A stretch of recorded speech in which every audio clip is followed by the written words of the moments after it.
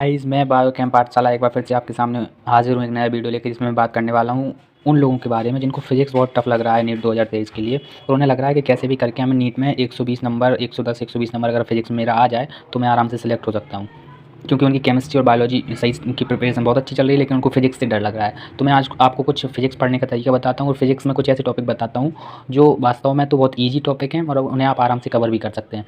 तो आप देखिए, जिनने अभी तक फिजिक्स बिल्कुल भी नहीं पढ़ी है और वो चाहते हैं कि फिजिक्स में वो अच्छा स्कोर करें, तो उसके लिए उन्हें सबसे पहले क्या करना चाहिए, उन्हें सबसे पहले मॉडर्न फिजिक्स जो है वो पढ़नी चाहिए। मॉडर्न फिजिक्स में देखिए 3 चैप्टर हैं, dual nature of radiation matter, atom nuclear और सेमीकंडक्टर। और ये अच्छा खासा वेटेज रखता है नीट में। कम से कम आप 5 से 7 क्वेश्चन बड़े आराम से इसमें एक्सपेक्टेड कर सकते हैं। और बहुत ईज़ी है, आपको करना कुछ नहीं है, आपको एक टीचर पकड़ना है। कोई भी एक टीचर आप मतलब बस एक बात याद रखिए, आप जिस टीचर से पढ़ना शुरू करें सब उसी टीचर से पढ़ते रहें। ये अगर आप बार-बार टीचर बदलेंगे तो आपकी फ्रीक्वेंसी जो किसी, जैसे मान लो किसी टीचर से आपकी फ्रीक्वेंसी मैच हो रही है और फिर आपने फिर अगले टॉपिक के लिए दूसरा टीचर ले लिया, फिर अगले टॉपिक के लिए तीसरा टीचर ले लिया, तो उससे क्या है, आपके कॉन्सेप्ट नहीं बन पाएँगे, क्योंकि एक टीचर से अगर आप पढ़ते रहेंगे तो आपको ज़्यादा आसानी होगी। तो आप एक टीचर से, आपको करना कुछ नहीं है, आपने एक टॉपिक जैसे dual nature of radiation and matter उठाया, उसके बाद पूरा टॉपिक उस टीचर से पढ़ा अच्छे से।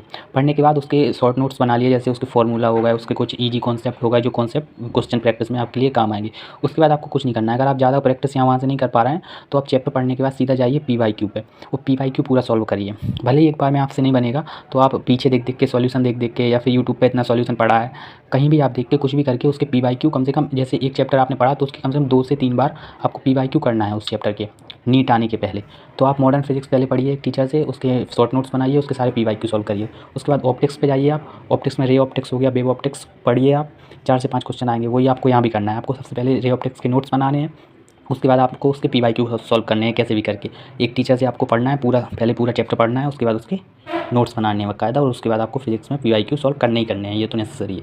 उसके बाद आप हीट पढ़िए, हीट में आपको थर्मल प्रॉपर्टीज़ ऑफ मैटर हो गया, थर्मोडायनेमिक्स हो गई, इससे आप 3-4 क्वेश्चन आराम से एक्सपेक्टेड हैं, वो पढ़िए। उसके बाद SHM वेव पढ़िए आप। उसके बाद मैकेनिक्स में मान लो हम कह सकते हैं जैसे रोटेशन हो गया, वो आपको टफ लगता है, लेकिन आप शुरू में जो चैप्टर है जैसे यूनिट एंड डायमेंशन हो गया, 1D हो गया, 2D हो गया, NLM यानी न्यूटन्स लॉज ऑफ मोशन हो गया, वर्क पावर एनर्जी हो गया, ये चैप्टर सरल चैप्टर है। आप इन्हें आराम से पढ़िए, इनके फार्मूला बनाइए, फार्मूला शीट बनाइए और PYQ सॉल्व करिए। बस सबसे मैकेनिक्स में सबसे ज़्यादा ज़रूरी है आपको PYQ सॉल्व करना है। आप मैकेनिक्स में जितने आप PYQ सॉल्व कर लोगे, मान लो आपने PYQ सॉल्व कर लिए मैकेनिक्स में, आपका 100% आपके जैसे 10 क्वेश्चन मैकेनिक्स में आएगा, तो आप कम से कम अगर केवल PYQ लगा के गए और आपको केवल फार्मूला याद है, ज़्यादा कॉन्सेप्ट भी नहीं पता है, तब भी आप 5-6 क्वेश्चन बड़े आराम से कर लोगे। क्योंकि और आपको एक बात याद रखनी, जब भी आप इलेक्ट्रोस्टैटिक पढ़ें तो उसके जस्ट बाद आपको ग्रेविटेशन पढ़ना है, क्योंकि उससे क्या होगा, क्योंकि जो कॉन्सेप्ट आपका इलेक्ट्रोस्टैटिक्स में है ना, सेम कॉन्सेप्ट आपका ग्रेविटेशन में लगेगा। क्योंकि सारे के सारे फार्मूला सेम है, बस यहाँ पे केवल यहाँ पे जो चार्ज होगा वो यहाँ पे मास होगा, बस चार्ज और मास का डिफरेंस है, ठीक है। आप उसके बाद जब आप इतना पढ़ लेंगे तो आपको एक कॉन्फिडेंस आ जाएगा कि नहीं, अब मैं कम से कम 120 110 120 नंबर मेरे फिक्स हो गए हैं फिजिक्स में। उसके बाद जो आपका टाइम बचे 15 दिन का 20 दिन का, उसमें आप मैग्नेट के कुछ चैप्टर मैग्नेट पढ़ सकते हैं।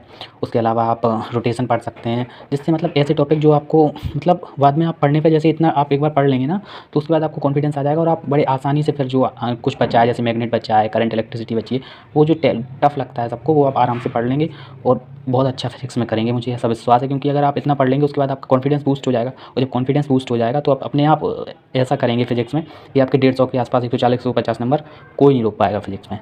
थैंक यू गाइस, अगर वीडियो अच्छा लगा तो प्लीज़ चैनल को सब्सक्राइब करिए और कमेंट करिए।